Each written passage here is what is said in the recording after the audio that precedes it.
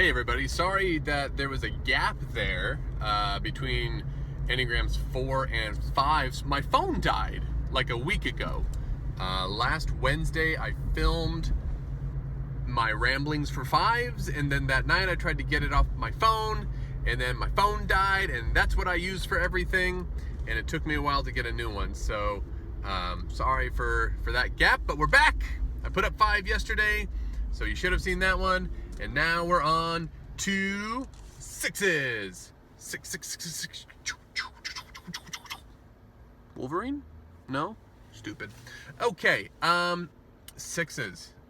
I mentioned in the video from yesterday, like, 6s are complicated for me to fully get a grasp on, and I think there's a few reasons for that. First of all, the primary drive in 6s is fear. We talked about that a little bit with 5s. 5, 6, and 7s are all fear-based numbers. Their behaviors are driven and pointed and are created basically to deal with fear. And 6s are considered like the most fearful. So in each of the different groups, like I said, 2s, 3s, and 4s are about identity, but they're kind of rooted in shame.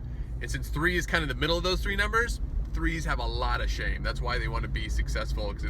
If they ever get found out, shame, lots and lots of shame. Boatloads of shame. Always the same. Day after day.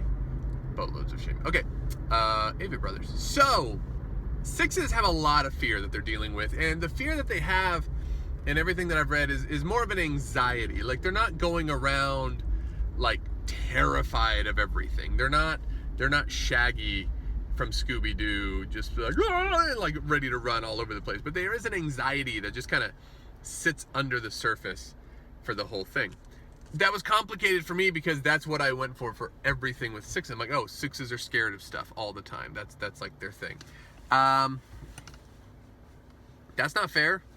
There's more to people than that. So I kept reading, and then one of the other thing that makes them hard to pin down is there's like 2 types of 6s.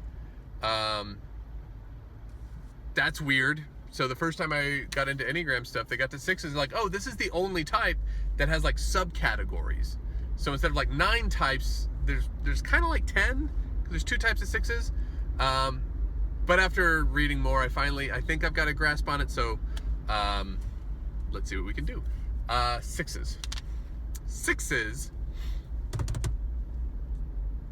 Well, the anxiety, that's the first thing. They are fearful, they are wary, they are cautious, they are worst case scenario thinkers. They are the ones that if there's any chance that something could go wrong, they're on it. They've already thought about it. They are ready to freak out at the drop of a hat. Drop of a hat.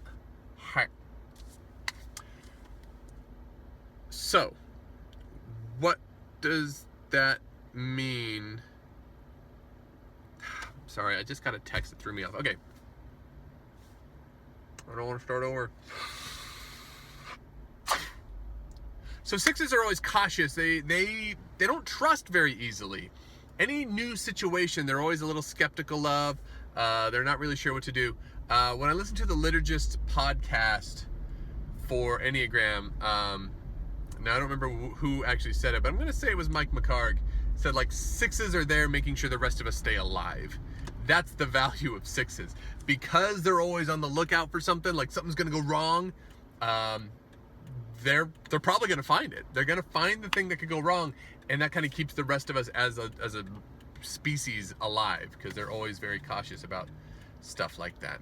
Clearly that has a lot of drawbacks. If you're always on the lookout for the negative or the scary, that's potentially not healthy, and that's the hard thing for 6s. When they're not healthy, they're driven by their fear, and it takes a lot to get to the point where they can recognize life will be okay. I know it will, even if I don't feel it. So let's go through some other things with 6s here. 6s have an interesting relationship with authority, and I think this is finally where I kind of like figured them out a little bit. So the 2 types of 6s, one is called phobic and one's anti-phobic. Really clever on that second title. Phobic 6s are the ones who are really freaked out about everything. Like, they are both worst case scenario thinkers. They're both going to exaggerate stuff. They're both going to have problems and think about things in the worst possible way. But phobic sixes are even worse. So phobic sixes have an interesting relationship with authorities. The authority figure in a phobic six's life is their, that's who they're going to put all their trust in. They will look to the authority and say, like, you're the person who's supposed to be in charge. You're the one who's supposed to be in control.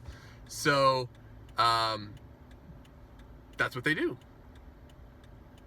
Antiphobic sixes are the opposite. Antiphobic sixes are looking at their authorities and saying, like, you going to keep us safe, or are you going to screw us over?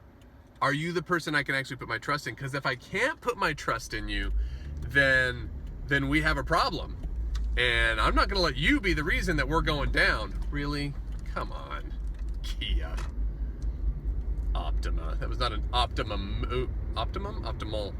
Whatever. So antiphobic sixes are like, you're not taking us down. No. We'll take you down before we let you take us down. So sixes, even though they can be seen as scared of stuff all the time, I don't want to say cowardly, that's like extra negative, but sixes, because they're looking out for themselves and everybody else, if something seems fishy, forget about it. They are not going to let you sit around and wreck everything. So Ian Cron, he's quoting somebody else, and I don't have it in front of me, but says sixes are either, is it Churchill? He might be quoting Churchill. Someone who's either at your feet or at your throat. And he says that's what sixes are. Because sixes in Cron and Stabile's book are called the loyalists. If you get a six to feel safe around you, they are with you for the long haul, because you are a refuge and a sanctuary for them. They'll freak out, but if you're the person in authority for their life and you're like, no, it's cool, and they trust you, they're with you all the way. But watch out if you like misstep on something, like, this guy's gonna ruin us, revolt, and then they, murder you or something. So Cron and Stabile, they're not the only ones, but they point out that a lot of people who work with the Enneagram and teach it and study it have a theory that there are more sixes in the world than any other number. Up to like 50% of all people are sixes. I don't know how you figure that out. I'll leave that up to them. But that's a theory that they carry on as well. So they move on to like kind of the important implications that go with that. Sixes are really, really important people because they keep us safe. They're the ones who make things happen. They've made comments about how politics and rhetoric work when you know that sixes are gonna be your main demographic. Mike McHargue points out that the first thing you do in advertising, because he used to work in advertising and marketing stuff, so the first thing you do is you have to create a problem. Your advertising doesn't work unless you say there's a problem and this product will fix it. For sixes, that is a real challenge, because if you say that this thing is better or there's a problem with that thing, because there's so much anxiety already, there's a chance that they might be a bit more susceptible to advertising and any other kind of rhetoric that's used to persuade you, because if they, especially fear-based. So Cron and Stabile, this was back in August, but they talked a lot about the political climate leading up to the election and said, like, this is an election built on winning the sixes, because everything is about fear. Everything is about you need to feel safe. Everything is about we'll ban those people and then we'll build a wall and we're going to keep everything safe. Sixes are like, nice. That's what we're all about. Safety. That doesn't mean that every six voted for Trump. That's not what I'm going for here. But that's the kind of rhetoric you would use if you wanted to appeal to somebody who is scared, who's anxious. So there's a lot of heavy implications that come along with that, but that's also why sixes are really important, especially those, I don't want to say especially antiphobic. I feel like I'm stepping in all sorts of weird stuff. I said sixes are complicated. I'm still figuring them out. But an antiphobic six is going to look at them and be like, you are going to ruin everything. You're taking this thing, what are we driving? A car, and we're just going to run it right off the road, and they will stop them because their survival is key. Now I feel like I'm repeating myself. I'm going to wrap this up. So sixes. When sixes are really stressed out, they start acting almost like they act like a 3. They will put all their energy into like doing a lot of things. They can be really productive, but it's basically like, I'm gonna work super duper duper duper duper duper duper duper duper duper duper duper hard to build up my own security. Like, whereas a 3 is gonna work hard to get acknowledgement and seem successful, a 6 is gonna work hard, and it's the idea like, if I can build these things, I will be safe. If I can create this world for myself, I'm gonna feel secure. That's what they're really, really stressed out. On the opposite side of the spectrum, when they're healthy, like I said, they're not so freaked out anymore. They can calm down a little bit. They can recognize that the world is not as terrible and scary, that they're gonna be fine. They just need to relax a little bit, which is hard to do, because Cron and Stabile point out that sixes, they don't see just one side of an issue. They always see both sides. The non-hairy, nope, there's hair there too. I was gonna say the non-hairy side and the hairy side, but it didn't matter. Sasquatch arms.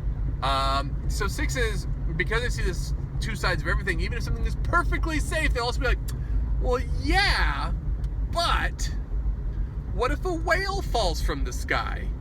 That could happen. It seems silly, but they can always think of the next thing. And it doesn't have to be from, Hitchhiker's Guide.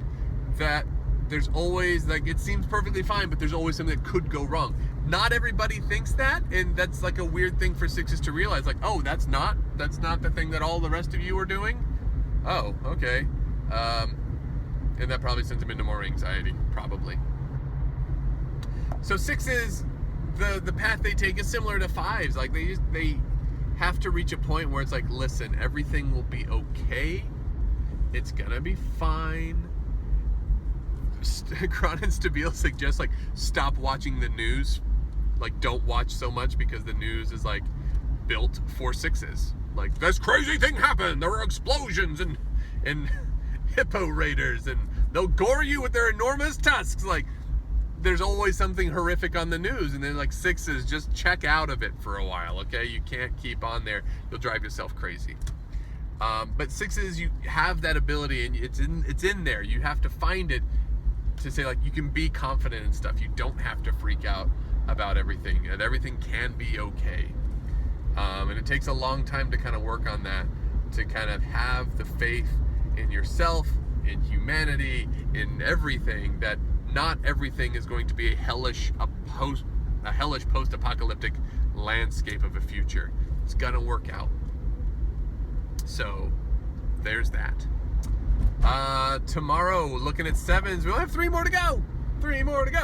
But today's Wednesday, so I'll probably get 7 and 8 done, and we'll have to wait till next week for 9, unless I try to do 2 of these in a day. What? That'd be crazy. I don't know. I'm not gonna promise that. Anyway, subscribe, watch more things. They're all here. I wrote a movie review for Logan. I just haven't had a chance to shoot it. I feel goofy for not having it done yet. I hope I get it done. If not, yell at me in the comments. Be like, dude, we want to see that Logan review. And then maybe that'll kick me in the pants. It's a punch, but I can't. I'm driving. Bye, everybody.